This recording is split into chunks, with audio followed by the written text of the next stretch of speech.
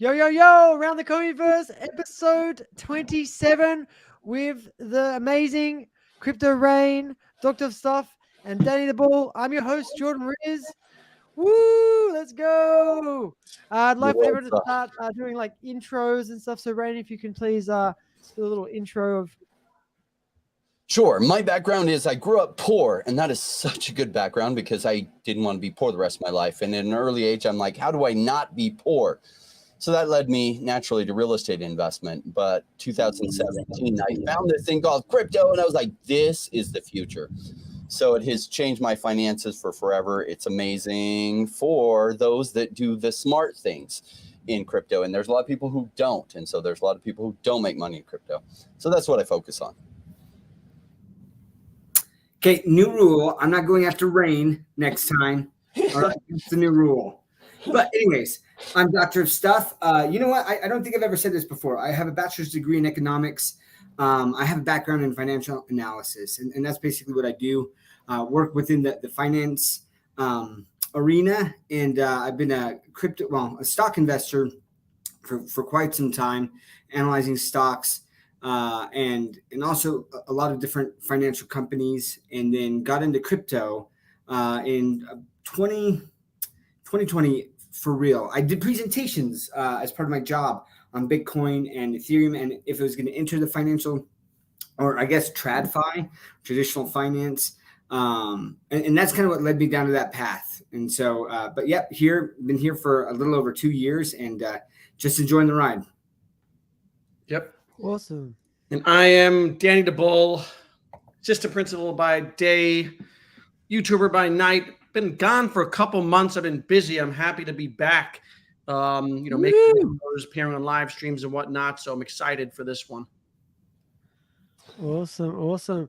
Thanks so much for coming here, guys. I'm really, really happy to have you all here. This is like it's going to be such a fun show. I first want to start chatting off a little bit. Crypto and Ray and I were chatting before we started about the beach ball that is crypto. So I'd love Rain to go into this a little bit more about what we're talking about with crypto being a beach ball. Yeah.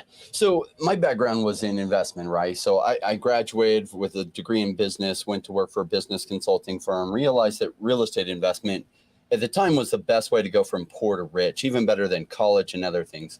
So I put all my efforts into that, and I learned about investment cycles. In real estate, the investment cycles take about 17 whole years. In crypto, it's 4 years.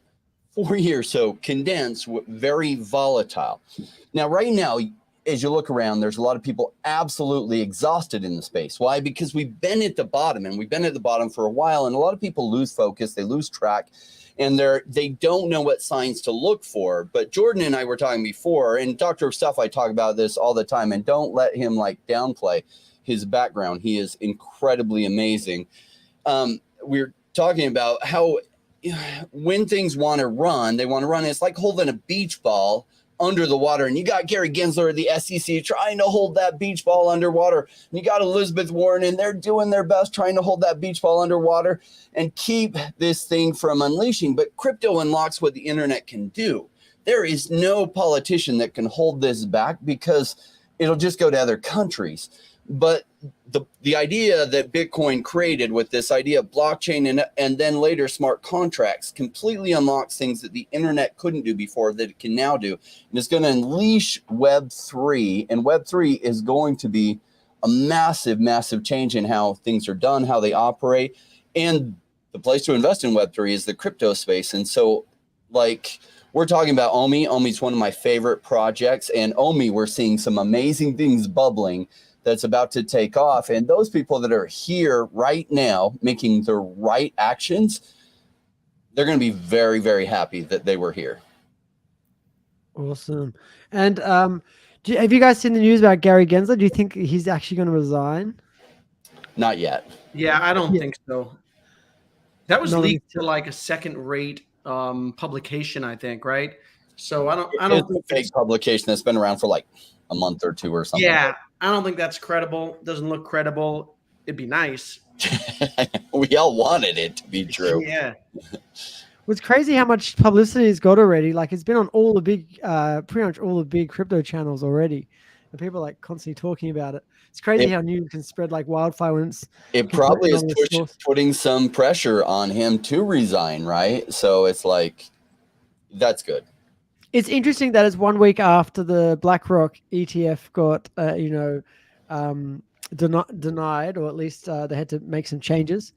So, maybe BlackRock are like, hey, Gary, you're supposed to prove us. You're out. And maybe they'll put someone else in that's going to prove it.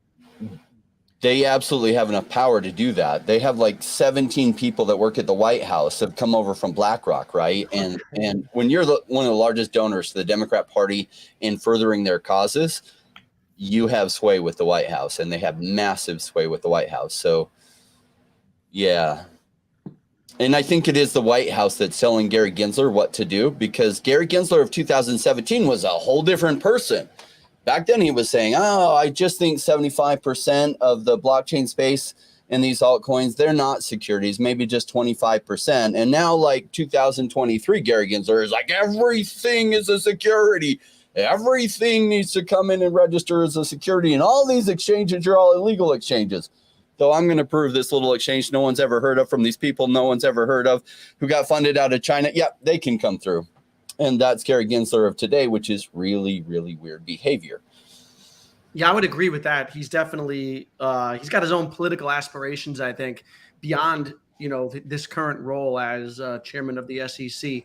And you got those people behind him like Elizabeth Warren and Janet Yellen and whoever else. Mm-hmm. I think pulling the strings. It's funny because we were all so excited about Gensler, right? When he became the chair of the SEC, we thought this is someone who finally gets crypto, understands it, taught it at MIT, and he's been the complete, opposite.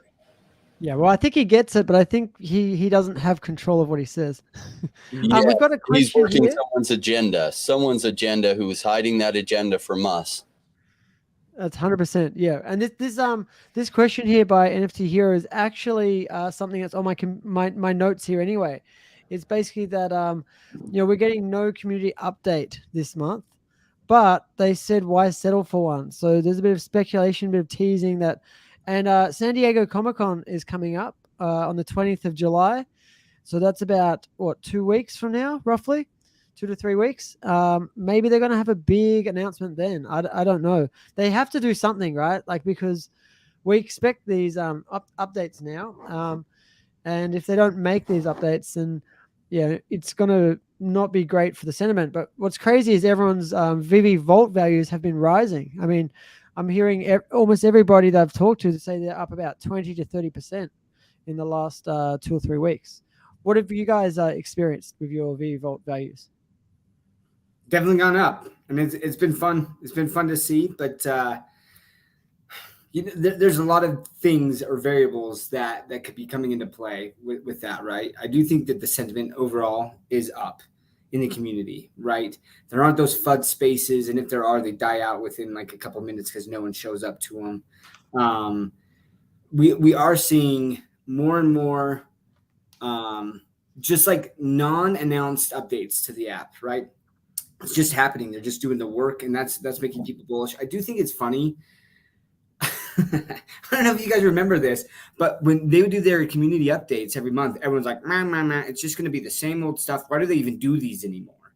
Right. And now that they might not do one, everyone's like, well, what the heck? What's going on? Why aren't they going to do one? And it's like, you literally were just saying that. Why do they even do these anymore? And it just makes me laugh, right? Like, they can never win. Like, there's some people, it doesn't matter what you do, you can just never win. But what they are doing is they're winning, man. Like, they're building, they're continuing to build. And I want to talk to Danny DeBull a little bit. I love this video. If you haven't watched his latest video, it was good. It was good analysis. And I do like his thought process. But yeah, overall vault value is going up. But one of the things that has to be coming into play is the fact that there's no cash out. And that's economics. Basically, right, is there's more liquidity in there. People are buying gems for drops, then they're selling things. Maybe they land like the secret rare or whatever, and they're getting that, and they can't cash out. And I firsthand experience, it is so hard to hold on to those gems when they're just sitting in that account and you can't do anything with them, right? And so then people are buying things You have Foster Hilt doing the video about Spider-Man and how he bought that. And it was a video about kind of this whole circle of selling the Spider-Man and then getting it back. And then all of a sudden the Spider-Man's pumped. And like, if you hold one of those bigger collectibles and someone buys off the floor and then there's a big jump, right, of like $2 to $3 grand, you can see those vault values, but is someone else buying that next big step up, right? So I'm excited, but at the same time, overall, this is still like longer hold for me. So at 20, 15, 20%, I'm like, some of my pieces are still down substantially from what I bought at. Like others are still way up, right? Because I came in early. But anyways, I'm excited. The community is getting excited that they're seeing their vault values up. But I would just kind of pull back a little bit. I think it's a combination of the fact that there's no cash out, but then there is some positive EV sentiment. And there are people buying. Like that's the other great thing is we do have the data to see that list of the people buying, right? That top 500 wallets and how many collectibles they're adding. And some of them are adding substantial amounts, right? So anyways, those are my thoughts on that. Yeah, no, I was thinking that no, don't worry, I'm out. I'm looking at the comments. Yeah, we got a ton of comments here. A few of them, one person says there's a sell order for 100 million OMI at 00066. I think it's Jojo said that, and I haven't seen that order, but that might be holding OMI down a little because it seems like it wants to start running. Like OMI's pushing. I've had trolls in my YouTube comments for the last few weeks. I think Jojo was one of them, trolling me saying that he's going to crash the market down to 0004.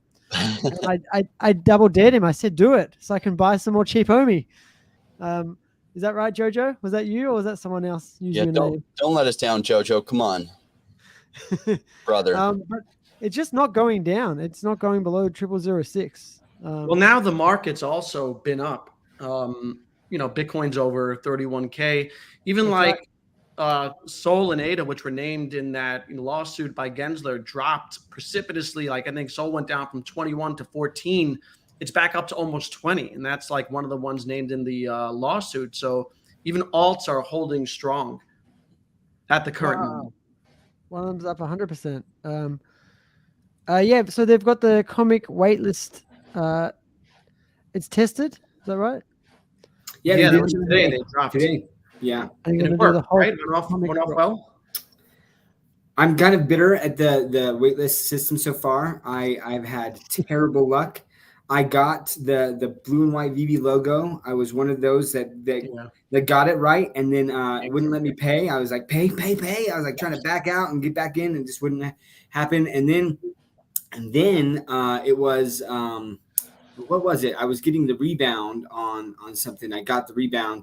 Oh, the Nemo drop, right? I love, man, my little girl watched Nemo. I've watched that show so many times. Like it's grown on me. I really, really like it. So I really wanted that collectible to show my daughter. And I, got the rebound. I was all super excited, bought gems because I didn't have enough in my account because I didn't think I'd hit the wait list, but got it, bought the gems. And then it just said processing for like 15 minutes. I was stubborn. I'm like, it's going to go through as I just saw the additions go to 0, and I was like, ugh. But it's annoying. You always have to preload those gems. I've learned that the hard way. The same thing happened to me, I think, with the Lamborghini drop. Yeah. I didn't preload. That's fair, and that could have been it, but ultimately, I mean, as much as I'm complaining, at the same time, I'm excited. Like the technology is coming. There's bound to be glitches. I just happen to be the person with the glitches, but really I'm saving up my luck because it's going to help me hit the SR Hulk comic is what's going to happen. Woo! It's going to be fun. Yeah, so Daniel Bull, I really liked your video as well, and we were talking a little bit about it before. You were very, very fair, and you just went over all the issues with Vivi and all the problems with basically just not rolling anything out on the Comey side for like the last 5 or 6 years, right? Yes, it's been quite a while. Yeah, it's been almost 7 years since their token sale. Yeah, but yeah, I think that the tone overall was very much they're still building, right? It's still going. They haven't given up, and they're still selling out. Well, almost every other NFT project, they're all fighting for second, right? None of them are going to take Vivi down. They're all fighting for second. I think it's important to remember because there are issues, right? And we've talked about them ad nauseum. We've all talked about it. We've been frustrated by them. We expected more, but at the end of the day, from me personally, when I look at things objectively, I have to bottom line things and assess my original thesis. And that is that Vivi is going to be a major player in this NFT space that's going to grow, exponentially, I believe, in the future. And specifically within the digital licensed arena, they're the front runners. And so if they're able to incorporate OMI into that ecosystem and with the community they have, if they're able to execute, they're going to do well. The fact that they haven't executed yet is frustrating. There are things that I don't like. And, again, we've voiced all those things, but when I bottom line my thesis, the setup is still there. Now, at the same time, I'm not loading the boat. OMI is not my biggest position. All right. And that's in part due to the fact that they have not yet shown an ability to scale. And I also wouldn't make, Jordan, you're risk. I'm more risk averse than you, I would say, right? You're a balls to the wall kind of guy. So you're up on OMI and you have that moonshot.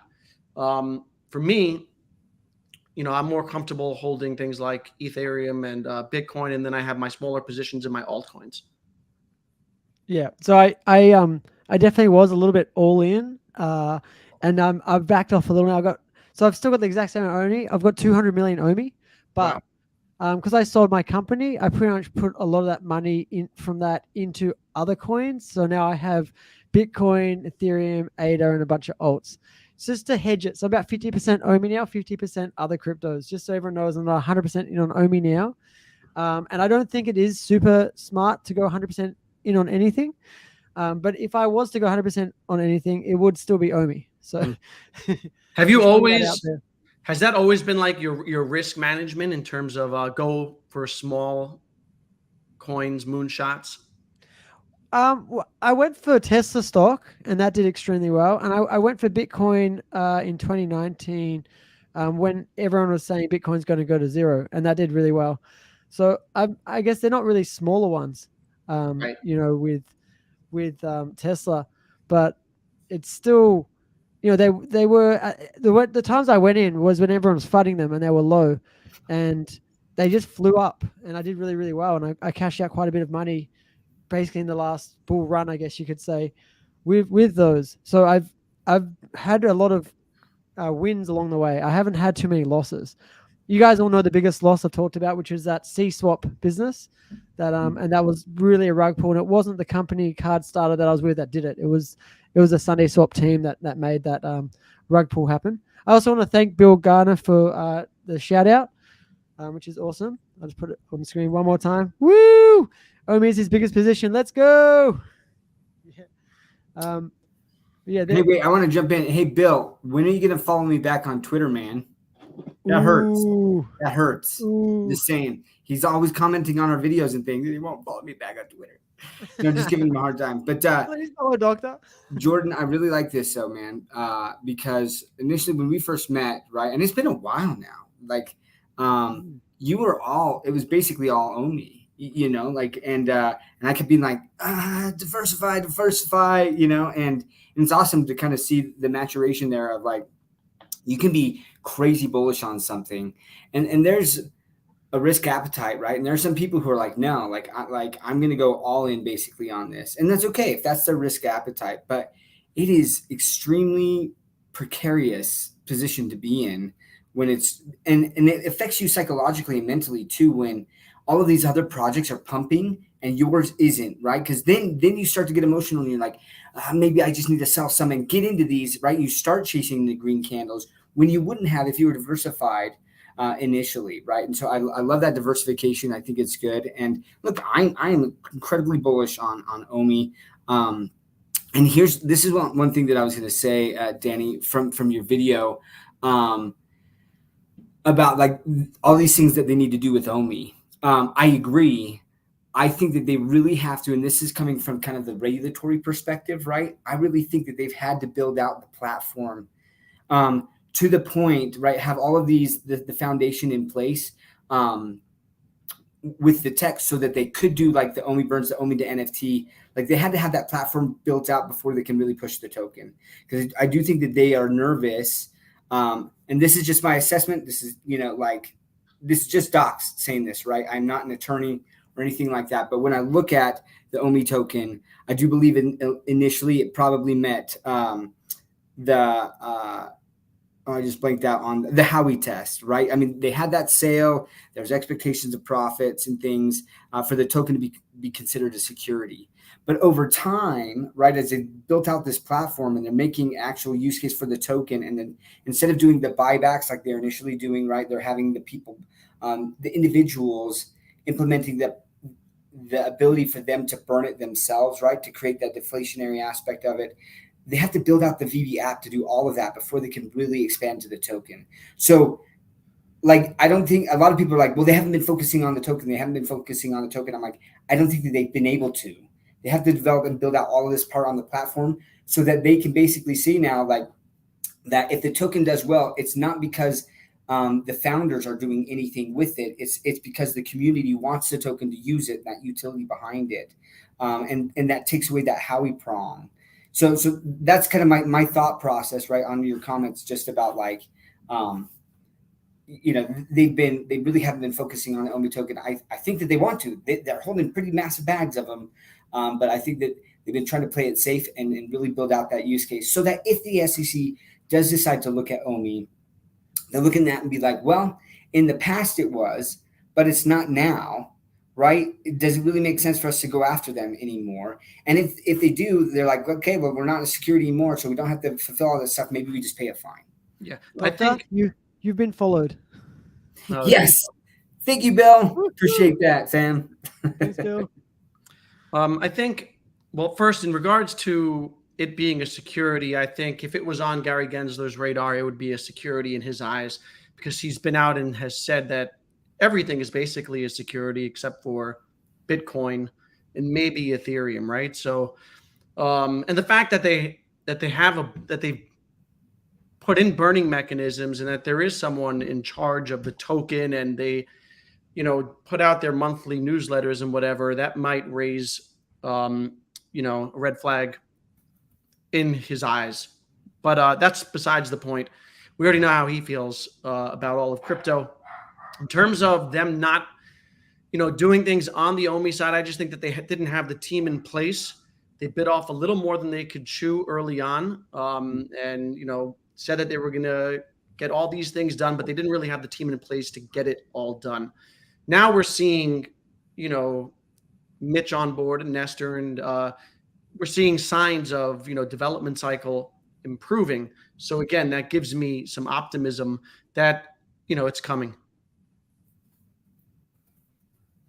Yeah, that's amazing. And look at have you guys seen Crypto G's comments here? He bought Bitcoin for $250. He got ADA at 4 cents, and he got ZIL at 1 cent. Wow. And so the question is, when did he sell? So those are the price points that all those happened, right? But did he sell at the top? And if he did, awesome, right? Most people don't, because they either get greedy, right? And they're like, oh, it's going to continue to go up.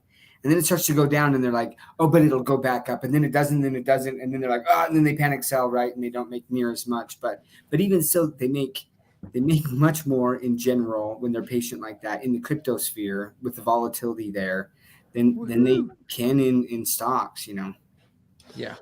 I think by reading that's what he bought them at, because I know they bought them below that. And so that was a really good price, though. That was very near the bottom. ADA went all the way down to 1.7 cents. But if he was buying it for, my lowest purchase was 3 cents.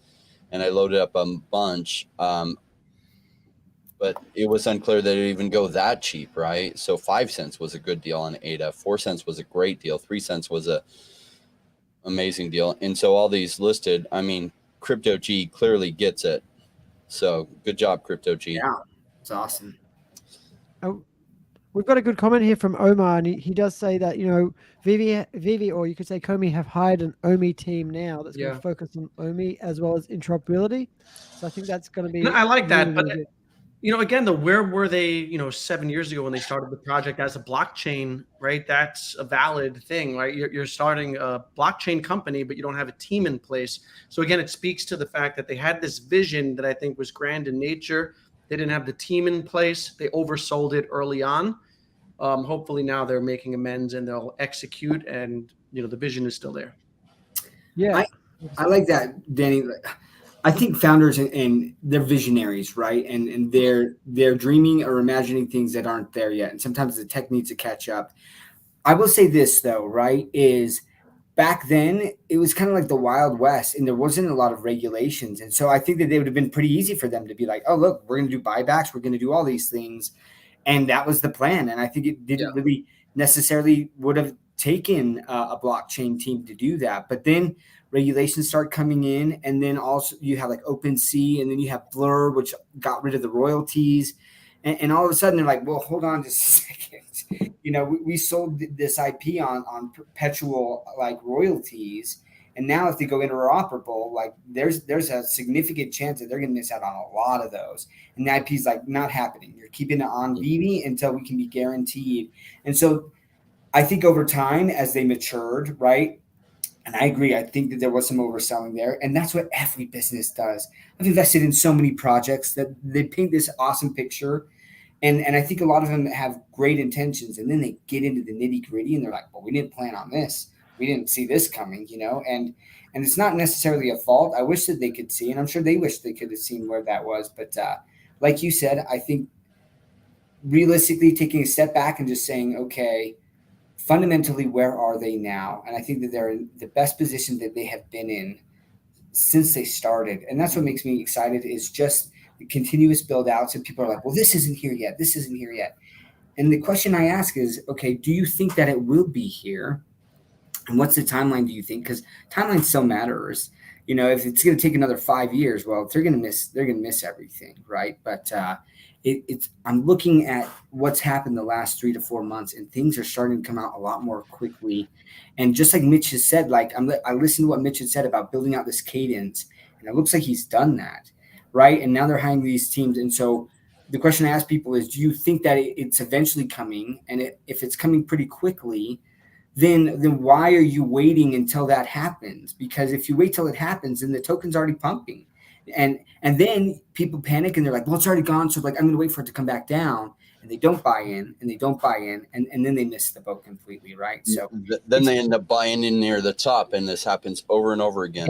Yeah, it happens all the time. So that's just my take on it. And that's why I'm buying at these prices. It could go lower, but I do see the team building. And I'm pretty bullish. Like I do think eventually there will be interoperability. And what does that mean? Because for the longest time we've been the redheaded stepchild, right, of the NFT space, where it's like, well, not my keys, not my NFTs, right? And basically there was no interoperability, and so Vivi was kind of discarded and not paid attention to. But when that comes, all of a sudden Vivi is a force to be reckoned with.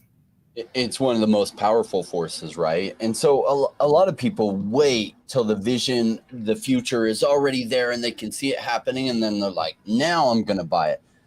Okay, yeah, but realize by then when everyone can see it, the price is way, way higher. And so in investment, you have to have the golden vision. That's what I call golden vision. The ability to see how things are unfolding and make smart strategic guesses about whether it will come together. Now, every business has setbacks. Every business has stupid decisions, and they just hope they survive them, and some don't.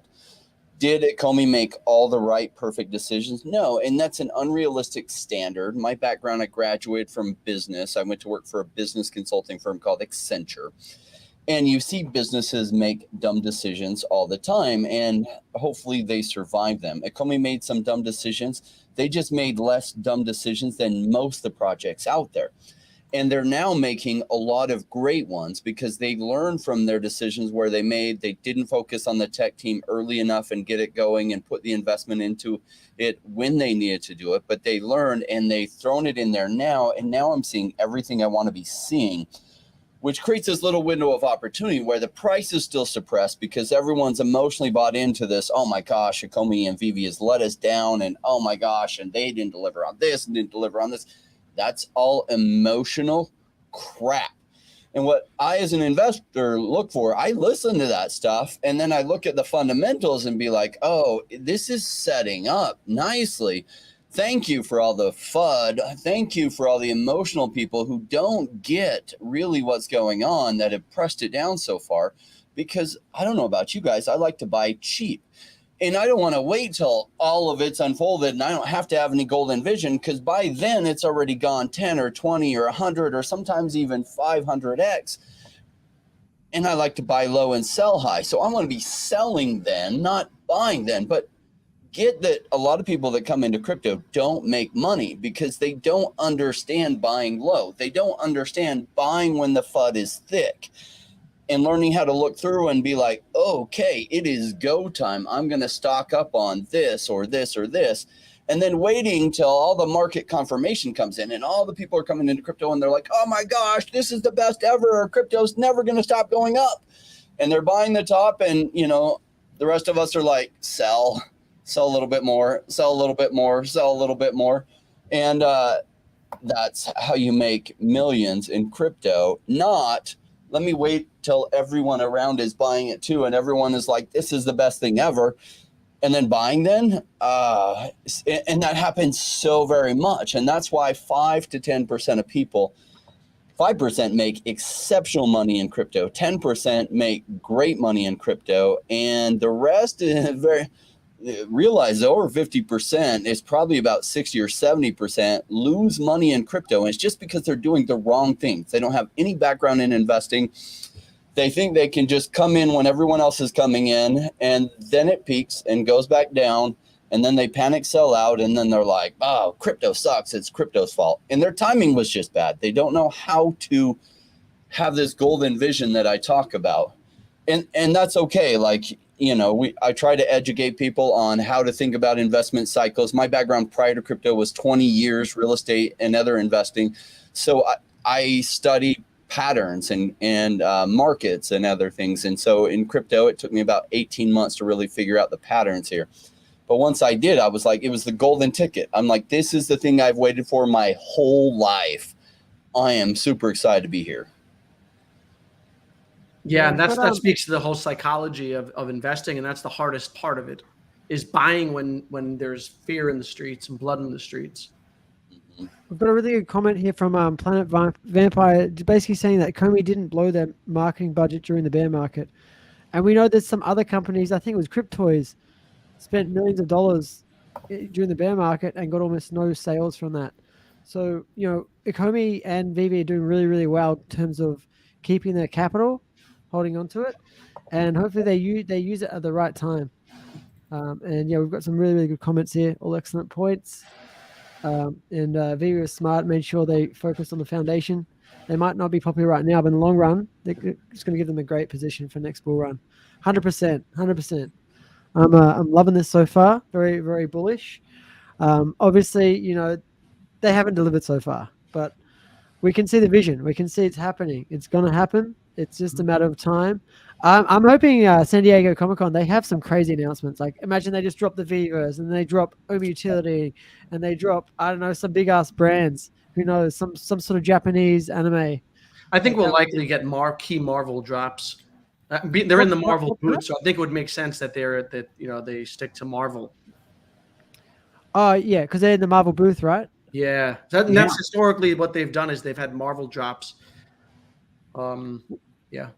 What are some big Marvel drops that we haven't had so far? Wait, sorry, what's the question? What are some that we haven't had? Yeah. Wolverine. Oh my gosh. Oh, yes. I've been waiting for Wolverine like for forever, and I am going to go ham.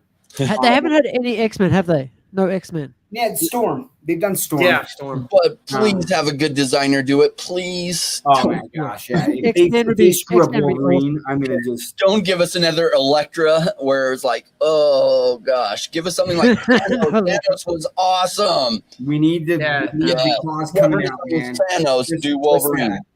Just like the claws coming out with like the little like shing or something like that. Yes. Make it simple. Maybe comes to Blade. Blade, interesting. Yeah. Well, Phoenix / Jean Grey, like Jean Grey turning into Phoenix would be freaking epic. Yeah, man. X-Men, like I grew up watching X-Men. I was such a huge X-Men fan. Magneto would be a big deal. So I don't know. And how cool would it be if they did morph and like, depending on which collectibles you owned or something, there was like a pre-picked ones that if you owned it, then he could also morph into that, for a brief second or something. I really like Cyclone. So Cyclops. Oh yeah, I was like Cyclops. Yeah, Cyclops. I didn't like Cyclops, man, because he married Jean Grey, and that was Wolverine's beau, man. That just hurt. I hated Cyclops. No, I grew up watching X-Men as well. I really, really like X-Men. Yeah. We've got some questions here. What makes me so bullish for the next bull run? Well, even if OMI only goes to all-time high from here, that's like a 20x. That's a 20x.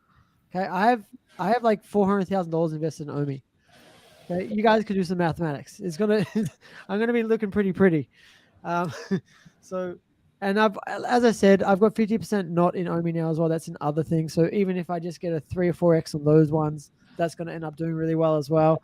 So I'm hoping to exit at the next bull run with a new house, okay, with a 2-acre property, and we're going to be living our dream life from then on.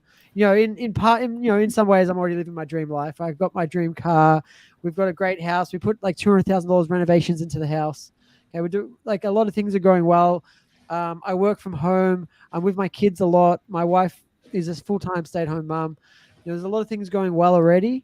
But man, like this next bull run is going to be a life changer for me. It's going to really get like that extra level up that I want. So that's why I'm so bullish. And it's probably going to be mostly through OMI, but it's probably going to be some altcoins and some big stable coins like Bitcoin, Ethereum, and ADA as well. And that's Solana, the good thing. Yeah, and that's the good thing is that you have a ton of OMI, but even if OMI for whatever reason doesn't perform, you'll still be fine.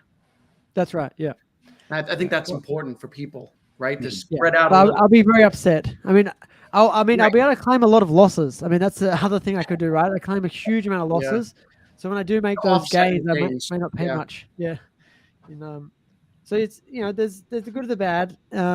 I guess that's the other problem of going all in on something. If you go all in and you cash it all out as a loss, but you've got nothing that goes up, then you can't claim against that loss until you somehow get more capital and build that up and then get some gains. And if you're talking crypto, you're going to have to wait another 4 years, or 2 years, 3 years, whatever, depending where the cycle is. And Crypto Ray and I were just chatting before we started about how long it is from like one bull run to the next. 4 years doesn't sound like a long time, but 4 years is a long time. When you're in it every day and watching it. And I was telling the boys before we started as well that I had 100 Ethereum at one point, and I sold this is before last bull run, so 2020, and I sold my Ethereum before it pumped because it just wouldn't move. I don't know if you guys remember watching that, but Bitcoin kept going up and up and up, and Ethereum just sat like basically flat and hardly moved. I was like, oh, my Bitcoin's going so well, my Ethereum's doing nothing. So I cashed out all the Ethereum, and then as soon as I did that, it just started pumping. So, you live and you learn, and I should have known that Ethereum was going to run. That's why I had the 100 Ethereum and I was holding it. So I'm going to make sure, we're going to be very careful when we cash out with all our crypto. And I'm not going to do everything at once. I'm not going to try and dump the market. It's a terrible idea. I'm going to cash out slowly, bit by bit. I've even written out a plan now, and I suggest anyone who's in crypto to write down a plan of where you're going to take profit, even small amounts, and do it, weekly, monthly, whatever it is, till you've got to that plan. And try not to get emotional. I know Danny the Bull, he talks a lot about that, and that's because a lot of people do get extremely emotional during bull runs. And it does feel good. You get a little bit of a high, right? You got a little dopamine release happening every day when it goes up and up and up. So it's definitely addictive. I'll tell you that. It's hard to pull the trigger when euphoria is kicking in and just keeps going up every day. But that's why, like you said, it's important. You have to have the plan. And, my plan is to layer out the same way I'm layering in. I'm DCAing in, spreading out my buys, and I'm going to spread out my, my sales, my when I sell. And I'm not going to be concerned with trying to catch the top. Same.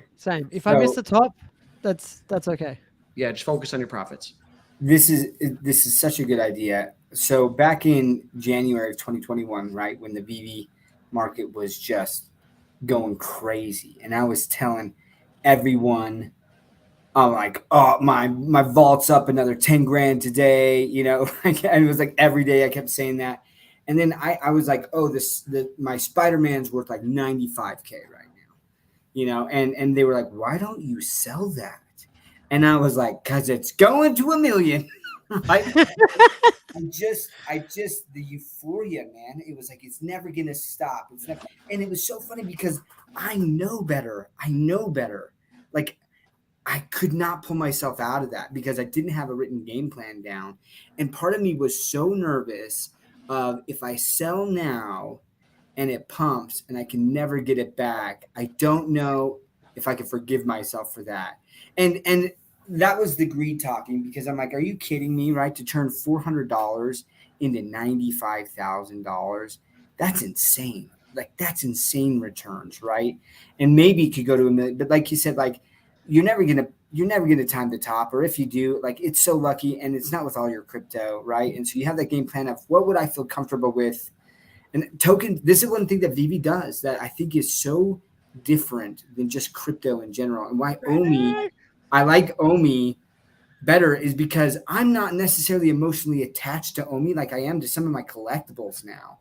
And so with some of the collectibles, it's like, I have a really hard time like selling this, right? If it's something that I bought like as an OG in March or April of 2021, right? And I'm like the single owner of it, and I'm like, do I really want to sell this now? Like, that becomes a lot harder than like, oh, I've got, you know, tens of millions of OMI that I can just sell and, you know, kind of map that out. If I've only got one of something, that becomes harder. But at the same time, it's like doing that analysis, taking the emotion out and saying, you know, if it hits this price point, am I okay to sell? And like, even if it pumps, be like looking back, and you don't want that infinite regret. Like, and that's what people can get caught into, right? Is it's like, oh, I didn't sell at the top. You're not going to sell the top, and just be happy with, like, you make that non-emotional decision of where to sell it and be happy with those profits and walk away. And you will be so much more successful than 99% of the people out there.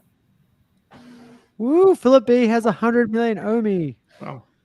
Yeah, that's awesome. That's impressive. It's a big number. Yeah, even at today's price, that's quite a bit of investment, but it shows you that, like, there's a lot of people stocking up. And what's funny is I've seen this cycle happen before. During the last bear market, there was a project that was struggling. It was having a lawsuit with one of the founders, or one of the early people of it, and everything was going wrong, and there was delays. Their test net wasn't live, their main net wasn't live, and this project was Cardano. If you've been in the crypto space for more than a couple months, you've heard of Cardano, and you're like, but wait, Cardano's huge. It's amazing. But that wasn't always the case, and its future wasn't certain. In fact, if you went back to 2020, everybody was dogpiling on it about how it would never even launch and how it was going to be total vaporware and it was never going to be a thing. And they haven't even launched their testnet after 5 years. And, oh, they made this mistake and they made that mistake. And there were some of us that were stocking up on Cardano during that time. And every single one of us, me and some people I knew, were stocking up like crazy on Cardano. And Cardano alone made me a millionaire when things turned around. And some of the people I knew went even heavier on Cardano, and they made millions and millions and millions from Cardano turning around. Now, do I know ECOMI is going to turn around? This is investing. There is no for sure guarantees. Do I like the odds? I love the odds, and I love the current price. And that's why I have massive bags of OMI, much more than most of the altcoins I have. Awesome. We have another comment here from Slide 2333. Looking for a company that solves a problem or a token that's tied to a great company community. This will give you a good starting point to look at tokens, even investing in the stock market. 100%. Definitely agree. And obviously, most of us are here because we found that token. That token is OMI, with connected to Vivi. But obviously, as we've been discussing, it's great to be diversified and not just have everything in one token. That said, you know, I know Randy's pretty much all in an OMI. He's got a couple other little altcoins that he's playing with, the meme coins, but I think he's trying to roll those over to buy more OMI eventually, right? So I think Randy's trying to get back in the top of the food chain with the OMI tokens. He wants to get over 200 million. So it's going to be really exciting to see what happens in the next few months. When do you guys see the OMI token really taking off? Do you think it's going to be utility, or do you think it's going to be exchanges? I think. Go ahead. There you go. I think it's going to be a combination of things. I don't think that if they just listed on one exchange, typically or historically with any token, if you list it on a major exchange like a Binance, right, there's an initial pump. People get excited.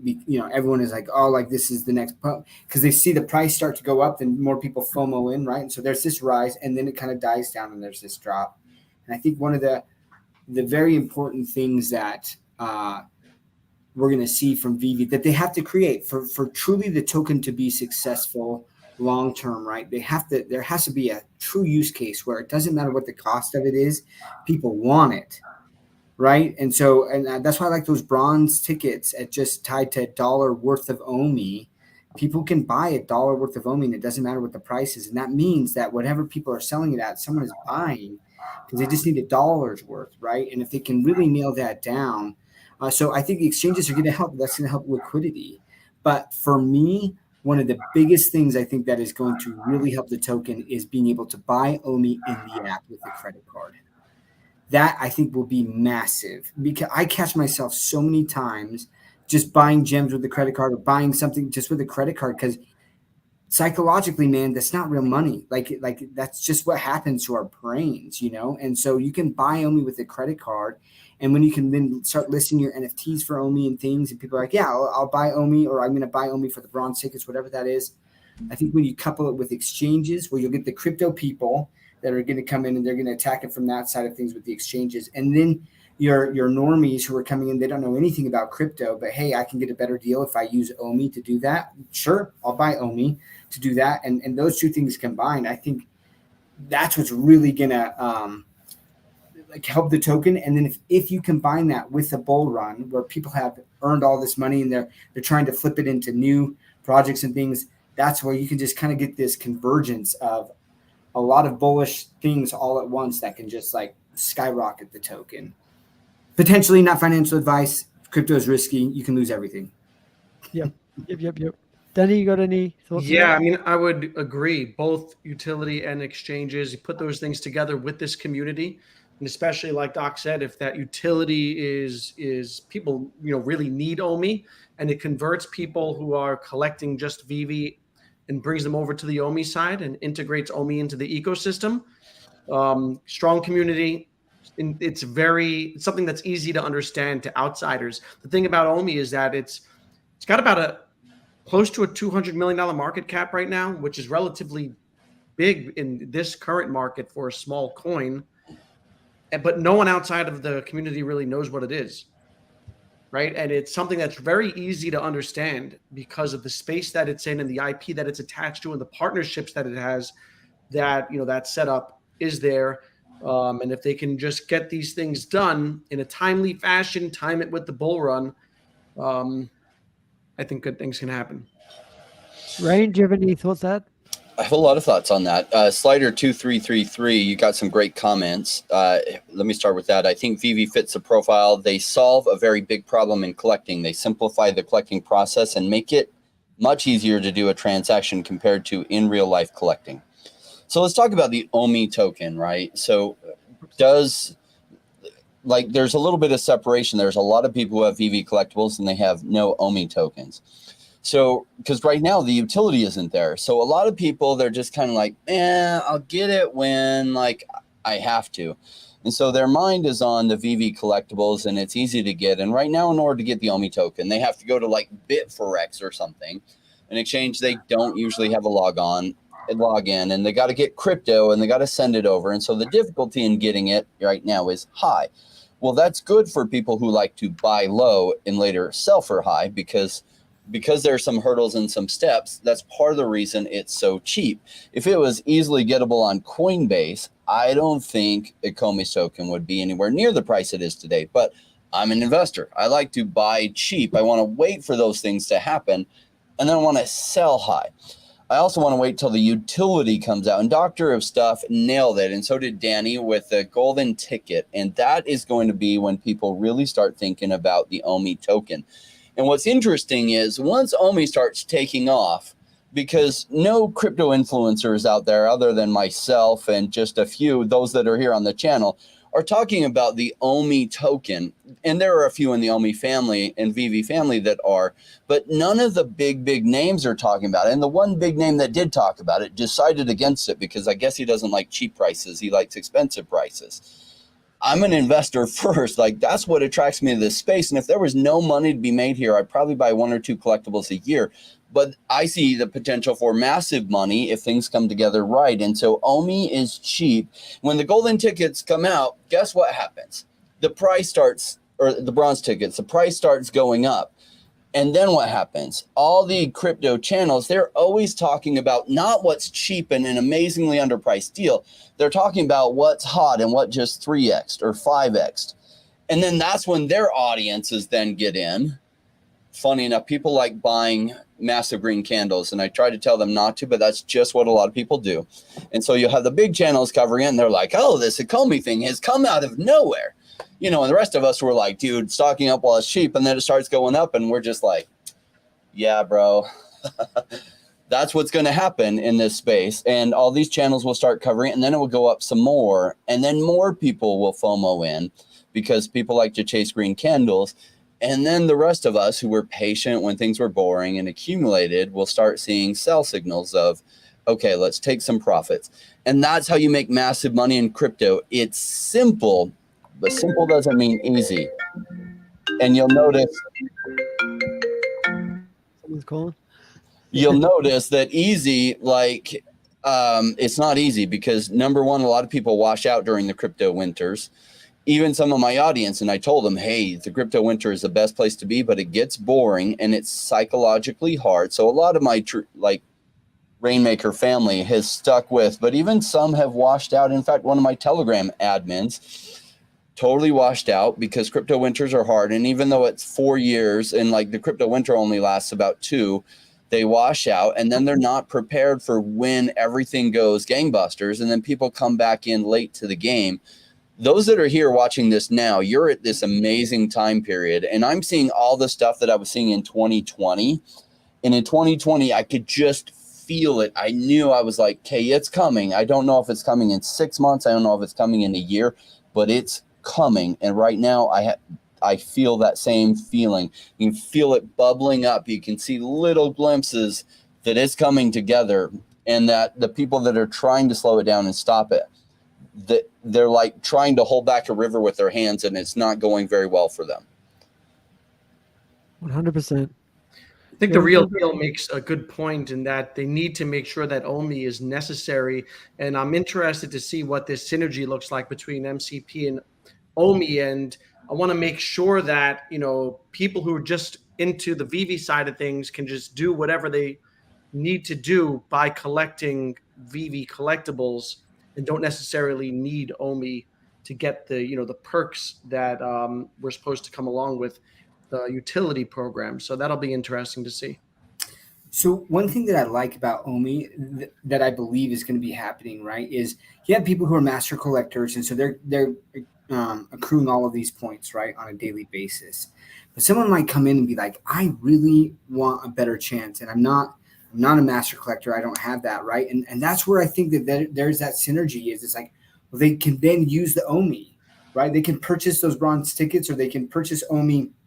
They can stake it, right? They can come in and be like, I'd rather just get the immediate effect. I can buy all these collectibles, but I'm not going to accrue the points in time for this drop. And so that's where I think that synergy is there, right? You can become this collector, and over time, as you amass a greater collection, then you're accruing all these points. But if there is a drop and you're coming in and you're new to the game, you can then use OMI to kind of also like give yourself a better chance at some of these drops. So I love that idea, right? And that this actual use case of the token. So when they say like, do they need the token? No, they don't need the token, but there are concerns. Obviously, if they just went away with the token, there'd be massive legal action, like Jordan said in the comments, right? Like obviously they raised it. There's a whole purpose for it. And if they killed it, there would be some big concerns there. But it would also, it would crush the community. half the community who was part of it with Omi, they just leave. They'd be like, all right, like, you know, like Almost So- almost everybody that I've spoke to that got into Vivi got into it first through Omi. Like 95% of people I've spoken to. Yeah. Even people that are much bigger into Vivi now, and they don't really even have much or any Omi. They started by finding the token. A lot of them, and it's pretty crazy how useful Omi has been for Vivi to get a whole bunch of collectors into the app. And I think a lot of us have been converted, right? I wasn't a collector before Vivi. I was not they're at good all at that. They resonate. The product resonates.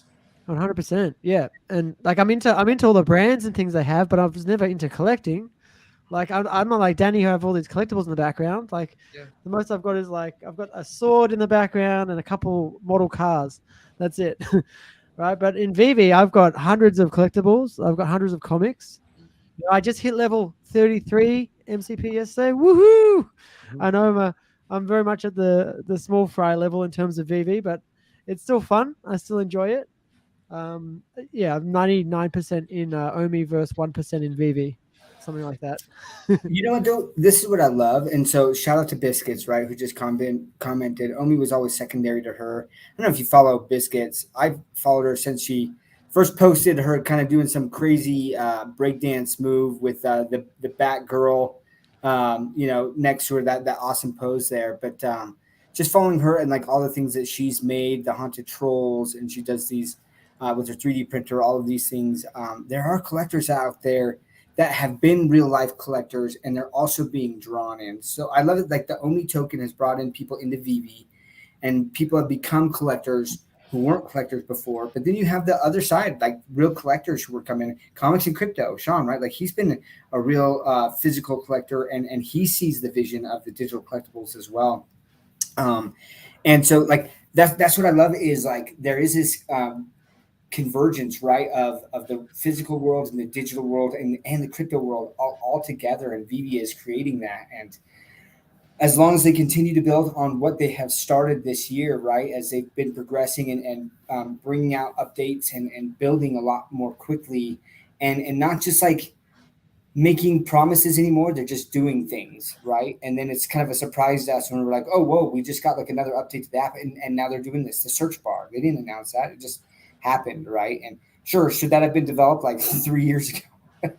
Yeah, probably, but it's here now, right? And they're building that out. So yeah, I just love that convergence there, and yeah, it's always fun to see Biscuits and Biscuits. Look, I need some of those shirts that you made. I got to find out if those sizes really fit.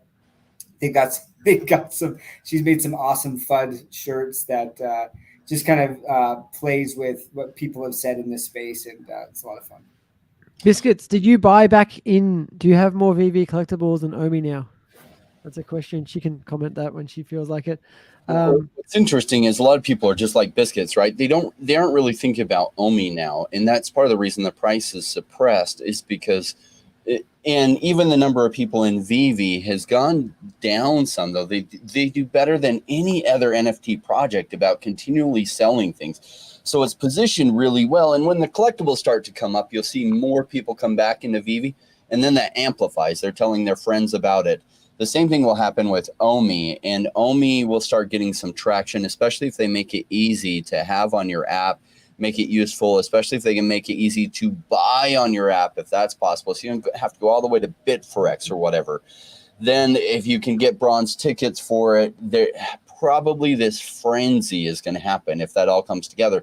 And I don't normally invest in projects that have market caps as high as ECOMIVERSE's market cap is. For those of you that follow my channel, you know what I'm talking about with the market cap. But ECOMI is not like, you know, a really low market cap project anymore. And because I like projects that are like earlier in their startup, so they've got better chance for 100 to 200x potential. But even though ECOMI is not new and it's had some success and everything, I think with where the price is at, one of the reasons I'm still buying it is because it's one of those that still has 40x or 100x or 200x potential. And I'm excited about that. And I see the right things lining up that I don't know exactly where it's going to go. I've made some fun price predictions, but they're just guesses at the future. And sometimes I overshoot it, and sometimes I've completely undershot what things do, being in here 5 years.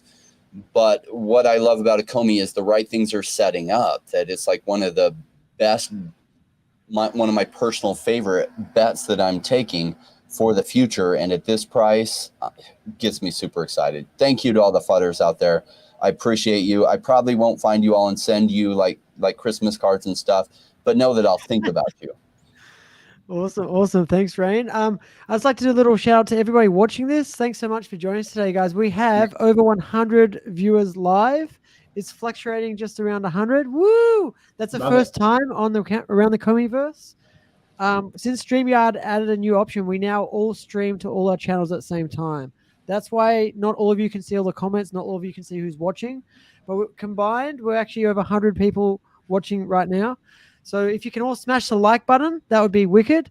Whichever channel you're on, just smash the like button. That's going to help grow all of our channels.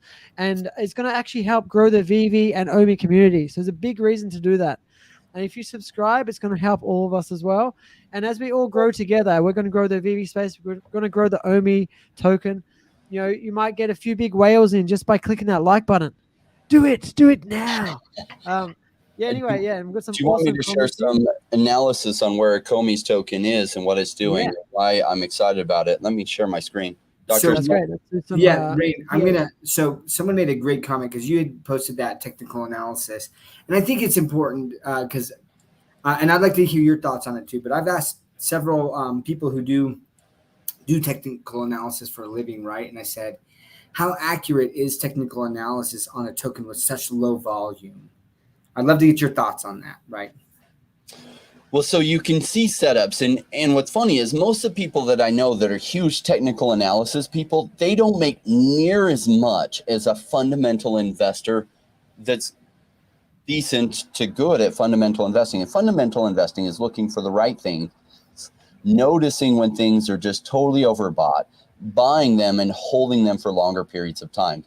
The day-to-day trading, only 5% of traders trading day-to-day make money, and trying to trade this day-to-day using technical analysis would be a massive mistake. And that's what your friend was talking about, or that's what the person was talking about. So I don't try to trade it day-to-day. In fact, I've learned, I thought during the last bear market, I'd really jump into technical analysis and become an expert at it. But what was funny is I was looking at technical analysis, and then I was trying to figure out how much the people that were experts at this were making.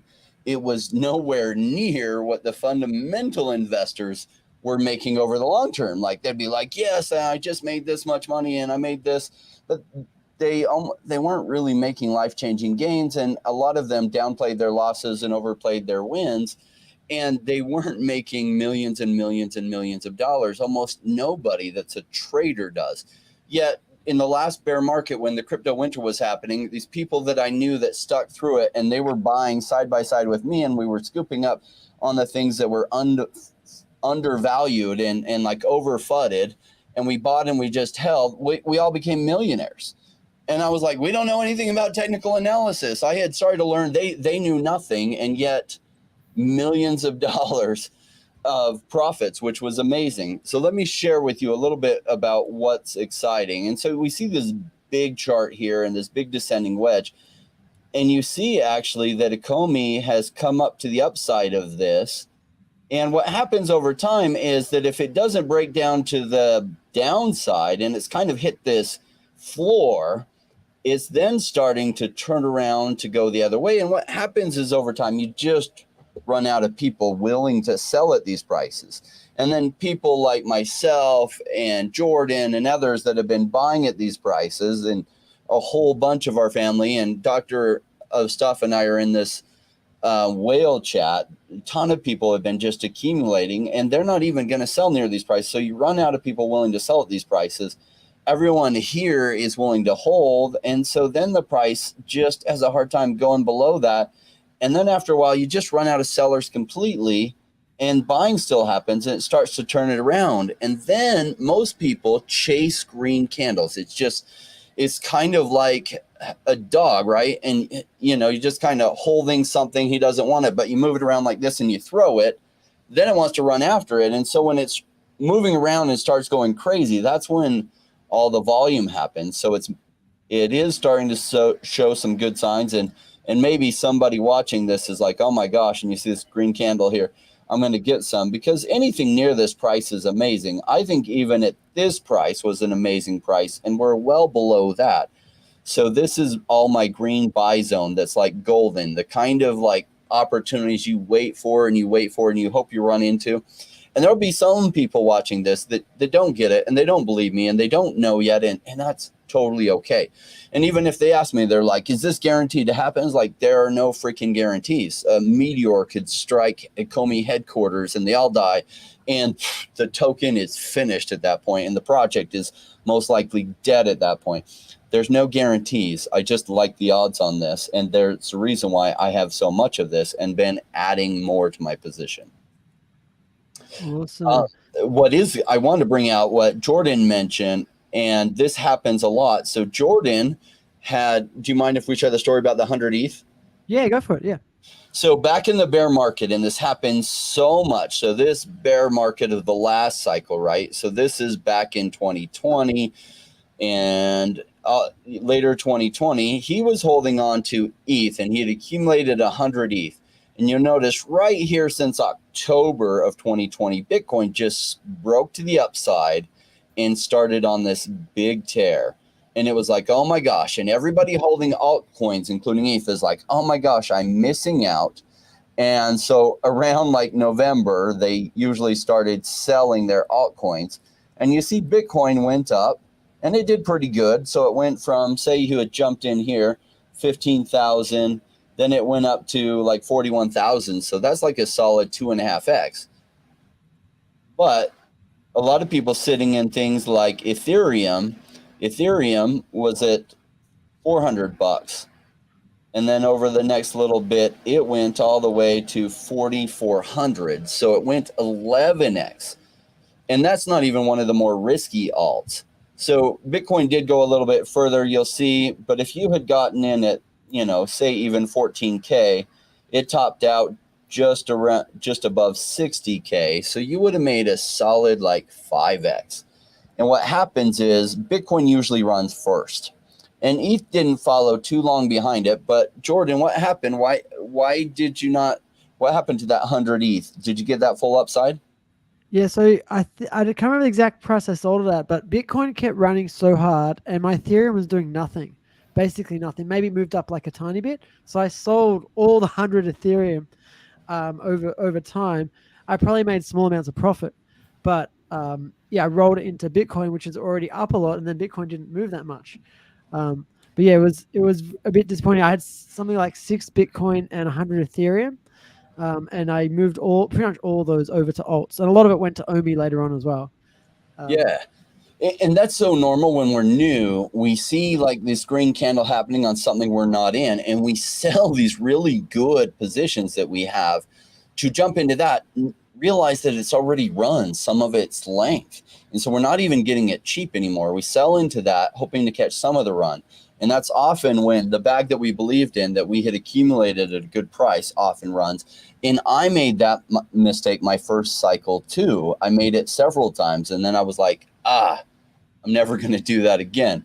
But I had to experience that. So I wanted to just highlight that, because you're going to feel tempted to do that. Why? Because Bitcoin is probably going to run first. Now, you might say, well, why don't I just load into Bitcoin right now, and then I can sell it after it starts running to get into the other stuff? And that most often actually works out decent. I stopped doing that because I was doing that in 2020, and that was my thesis. But I was buying Cardano as well, and I had intended to move over most of that Bitcoin Cardano, but Cardano ran at the same time as Bitcoin did. So while Bitcoin was really amazing and it doubled, Cardano went like 13x in that time. And I was like, oh man, I had planned to like let Bitcoin go up and buy more Cardano. So now I just take the positions that I want and hold them. And if Bitcoin runs first, that's okay. What Bitcoin at best is going to like 6 to 20x if we're really, really lucky. While some of the altcoin positions I hold, if Bitcoin 20x's, many of these altcoin positions are going to go absolutely bananas during that same time period. because they just run faster, harder during a bull market. It's very exciting. I just can't wait till we get to that point of just like rocket taking off, where the momentum just starts going crazy. Right. And obviously, like you said, Bitcoin will go first, and then everything else will follow. But it's going to be wild. I think this cycle might be bigger than ever if we get those ETFs approved from BlackRock and Fidelity and the other companies that are getting in. I think Kathy Wood has one as well. Like it's going to be absolutely crazy. We could have $200,000 Bitcoin next year or the year after. We just don't know what's going to happen yet. But it's going to be bigger than the last run. And last run, do you guys know? I think we got to 3 trillion for the total market cap for all crypto. That might be Australian dollars. So it was 3 trillion. I was like, 3 trillion total crypto. 2.5 trillion or something. 3 trillion in US dollars. A little over 2 trillion in US dollars is what it hit. What was it? Yeah. A little over 2 trillion in US dollars, the total crypto market cap. About 3 billion Australian dollars, which no one uses, but Yeah, I was like, Australians do. that's true. That's true. And it seems like 10% of the crypto space is Australians, right? Because their government's actually been pretty pro crypto. Yeah, we have like 200 crypto exchanges just in Australia. It's nuts. Yeah, it's a big spot. Yeah, coinspot.com.au. Shout out to them. They're probably the biggest one here. I really like CoinSpot. It's just really, really good. They're really secure. If you're trying to do a transaction, they will often call you up just to check it's you, which is a nice touch. And they call at weird times too. Like I was trying to do a transaction like midnight. They call me up. Is this you trying to do this transaction? I'm like, wow, they're calling at midnight, and they're calling from Australia too. They don't use call centers or anything else. So yeah, it's nice. And one of my friends actually knew the founder of CoinSpot because he lived down the road from him. So it's crazy to see how some of these exchanges have grown over the years and got so big. Hit over 3 trillion. Yeah, I think a top 3. Yeah, awesome. So what are your picks? We'll say, Danny Boy, you said you're more diversified. You mostly go for Bitcoin and Ethereum and ADA. Is that right? Yeah, well, I'm trying to become a whole coiner. I'm close. Just because I want to have a whole coin for long term. Just with all the regulatory uncertainty and whatnot, I can always be safe in my Bitcoin. Got a decent amount of Ethereum. Then I like the layer ones. I think that if there are any tokens that have opportunities to go to like the $1 trillion market caps, it's the layer ones that everything is built on. I think those will be like the big tech of the crypto world, right? So Ethereum to start with, eventually whoever the runner-up is. Right now, I think that's Solana has the most development on it, strongest community. So I've got some Sol, got some ADA, and I've got some OMI, and then I've just been dabbling in some other smaller coins, Mask, a privacy token, Myria, a gaming token. Both of those have like a $6 million market cap. I'm just starting to build out small positions there. And I have my Tesla stock. No Pepe? Nah, no Pepe. I don't mess with this with the shit coins.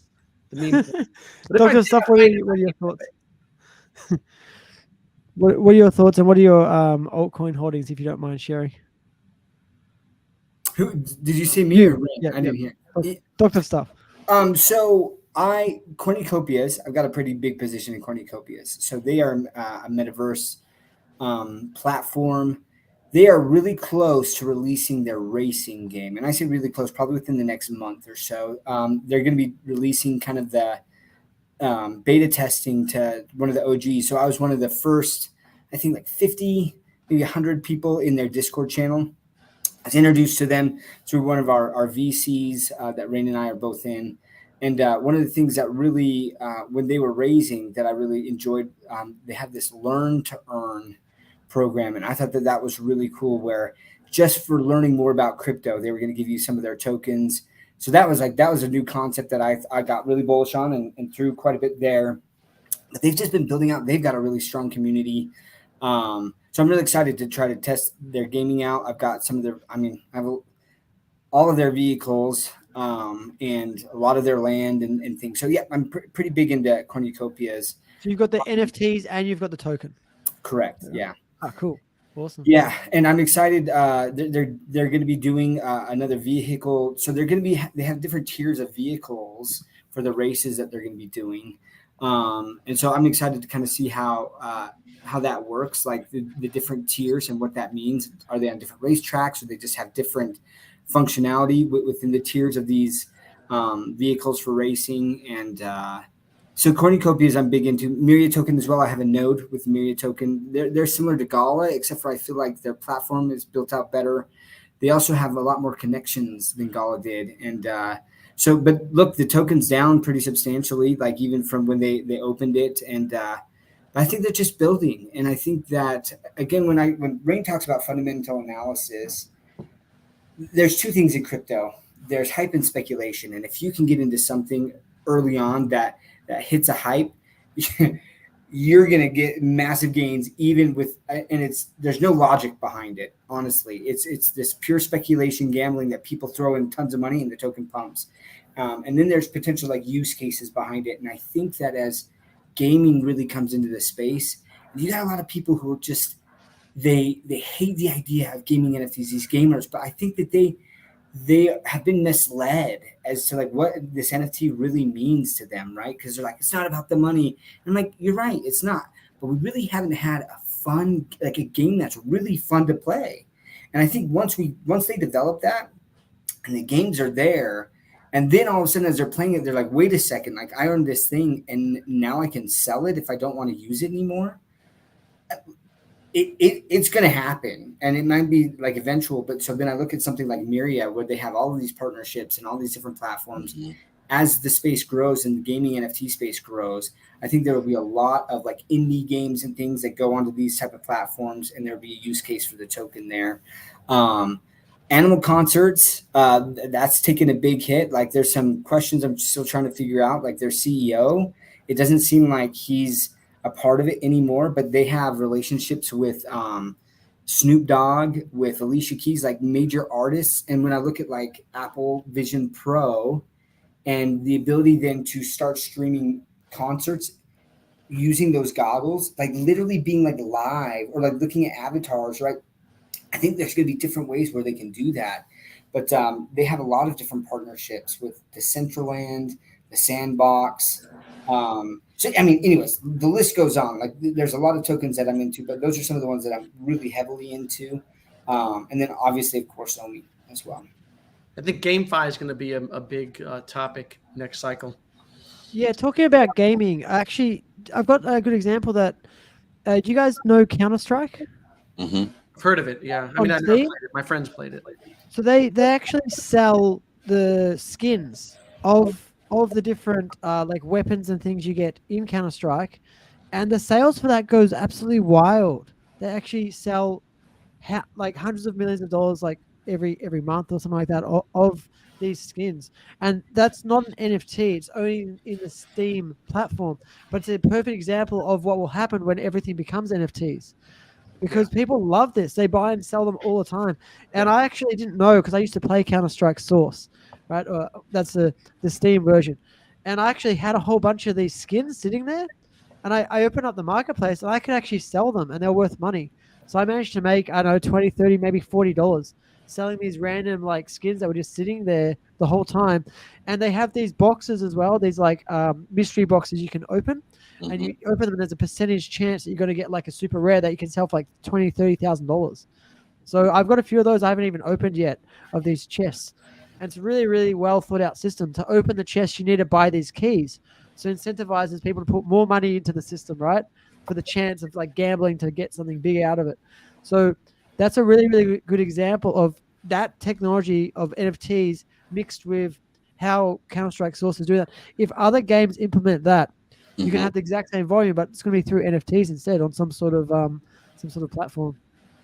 So that is a perfect example, and it's a perfect example of gamers starting to understand where NFTs can give them value. The problem is they can't take those things off the Steam platform, and if they lose their account with Counter-Strike, they lose access to all their items. So if they have $100,000 and they want to call it an investment, It's not an investment because if you sell it, you can't extract it from the Steam ecosystem, and there's no plans for them to do it that I've seen.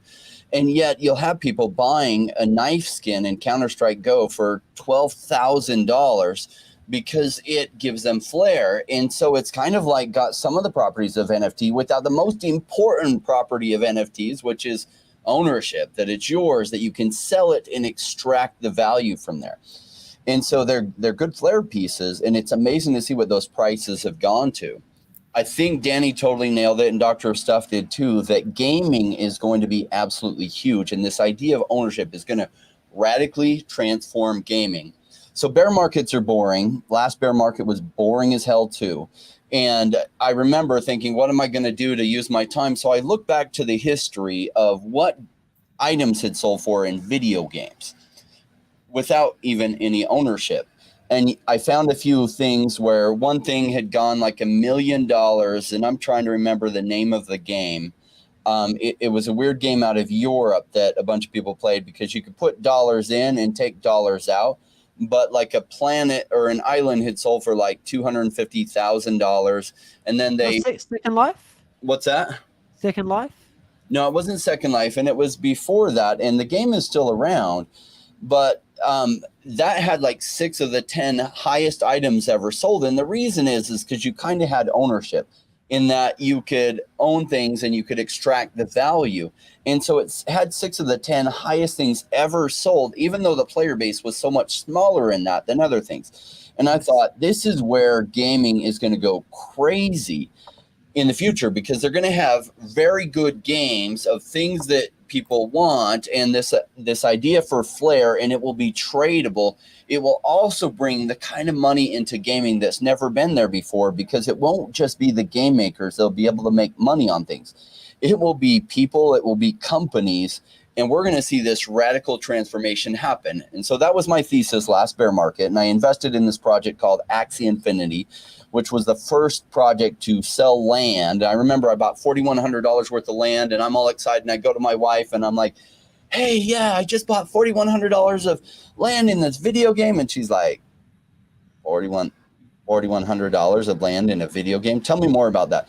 And then she's like, so let me summarize. You bought $4,100 worth of land in a game that's not even out yet. The land isn't real. You can't go find it somewhere. It's just all digital. And you think that's going to do well? I was like, oh, it's going to be a monster. You watch. Well, do you know it's going to do well?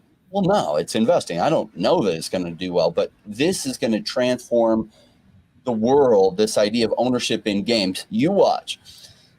And guess what? For the next 2 years, it went down. But then it went up.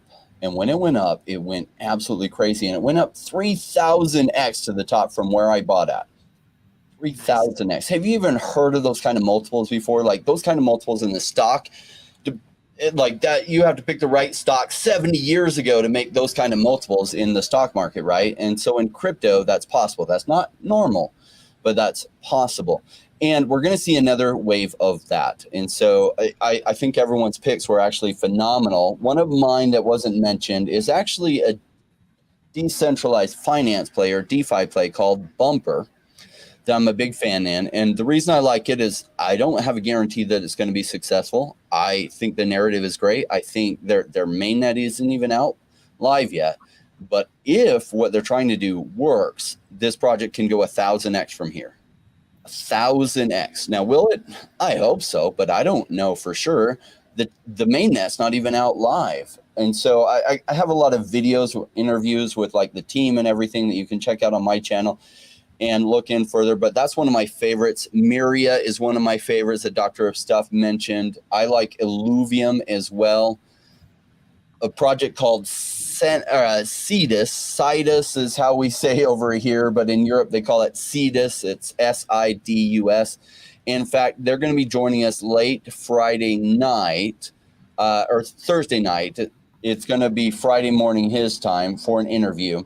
I think, Jordan, you're going live Friday night, right? Friday evening. So, yeah. So this will be Thursday night, an interview with them. And then he's going to join actually my private Discord chat for then a very personal interview for just my Discord members and talk to him. But yeah, That's one of my big ones that I think has massively been punished by the bear market and has amazing potential. But you guys listed off a number of ones I'm also big fans on.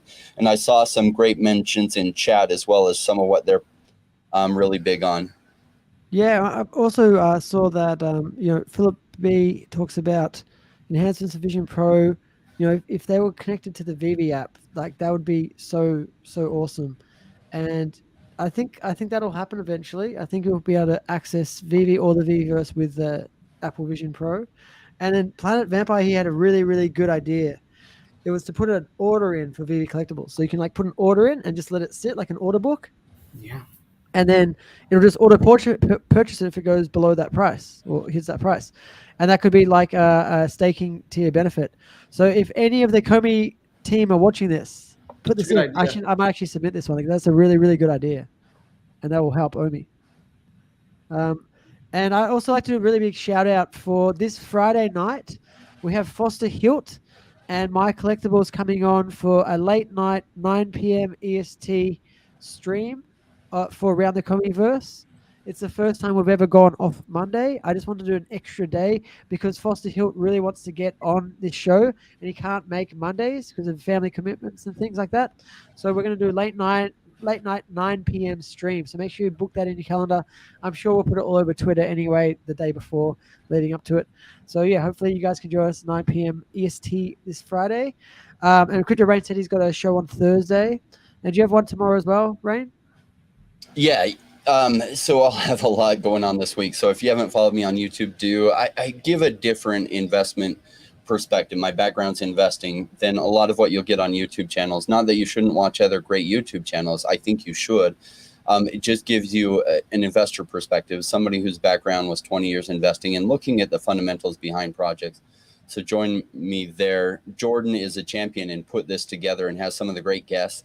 Foster Hill is one of my favorite people on Twitter about Ecomi. He is freaking awesome. I'm stoked that you have that lined up because I've been dying to see what he looks like and hear his thoughts in video because I love what he puts. Doctor of Stuff is like, yeah, because I know he's a big fan of Foster Hill too, and he is awesome. So yeah, My Collectibles as well. So it's going to be a really good show. Yeah. I know My Collectibles is more on the Vivi side, but so it's going to be a really good balance between Omi and Vivi with that one. And so we should get a lot of the Vivi and Omi fam in. I know it's generally one and the same these days, but there's still some people that are more into Vivi only and they don't want to talk about Omi too much. But yeah, I'm just super excited and bullish for the future of this space. Yeah, thanks so much for joining us, guys. Do you guys want to wrap up in the next couple of minutes? Yeah. Perfect, man. Awesome. I'd like to hear some final thoughts from Dr. Stuff for what you want to leave everybody with on the both Vivi and Omi side. Well, first of all, yeah, definitely watch that stream with Jordan and My Collectibles and Foster. It's a good balance, not just between Omi and Vivi, but like the sass is strong with Foster, and then you got like the nicest guy in the world with My Collectibles. So you get that personality difference, which is great there. But the balance, yeah, it's gonna be yeah. Look, hey, I just first and foremost, time is one of the most precious things we have, and so grateful for you guys willing to give us some of your time and listen to our thoughts on this. I also just wanted to give a shout out to Silicon Secure. I listened to that Twitter space there and got up there, and the guy is going through a lot, and he was willing to share kind of publicly what he's going through. And I think it's brought a lot of people together. But hey, man, my prayers and thoughts are with you. And the Vivi fam supports you and we're behind you. So I just want to sign off with that. Awesome. Great to hear. And yeah, I've followed the Silicon Secure, his, what he's been going through, and it's very touching. It's very like deep story, and he's shared a lot of pictures, even like in the hospital and stuff. Danny the Bull, did you have some parting thoughts? No, I'll echo that. And this is my first stream back in a couple months, and the thing I miss the most is the people and talking to people, talking to you guys, interacting with everyone on Twitter in the comments. I've met a lot of cool people through this journey. Right when I started a YouTube channel, I didn't expect that it would lead me to form connections with these people from all over the world and share this knowledge and learn from so many different people who are in different fields and have different levels of expertise at different things. So it's been an honor to get to know everyone. And I'm glad to be back. Thanks for having me on the stream. No worries, Danny. You're always welcome here, and we did miss you. It's been a few weeks, but it's great to have you back. And Rain, any parting thoughts? Yeah, it's great to have Danny DeBull back. I love his perspective, and I don't know if it just comes from, I think you grew up in the Northeast US, right? Yeah, New York. That no bullshit approach and cut right through the bullshit and everything. I really appreciate maybe some of that's being a principal, right? But he brings a lot of perspective, and it helps me understand where a lot of people are at. So thank you for joining us, Danny. And Jordan, good job putting this together. What you've created here is awesome. And it's been a great way to bring a lot of audiences together to talk about Vivi and ECOMI and realize how strong this community is, because this community is special. And this is like, it's worked together with the ECOMI and Vivi teams, and they have done pretty well for us. They haven't always made the decisions that we would really, really like and love, but they think about us all the time. And I don't think they're going to leave like the OMI token holders hanging. I think they've got a big plan for where this is going, and that plan is probably going to lead them to being the biggest collectible platform in the future. And I'm looking forward to this ride. It's going to be wild. Awesome. Thanks, guys. Thank you very much for staying. We're going to head off now. Have an awesome week, and hopefully you can join me Friday. Peace out.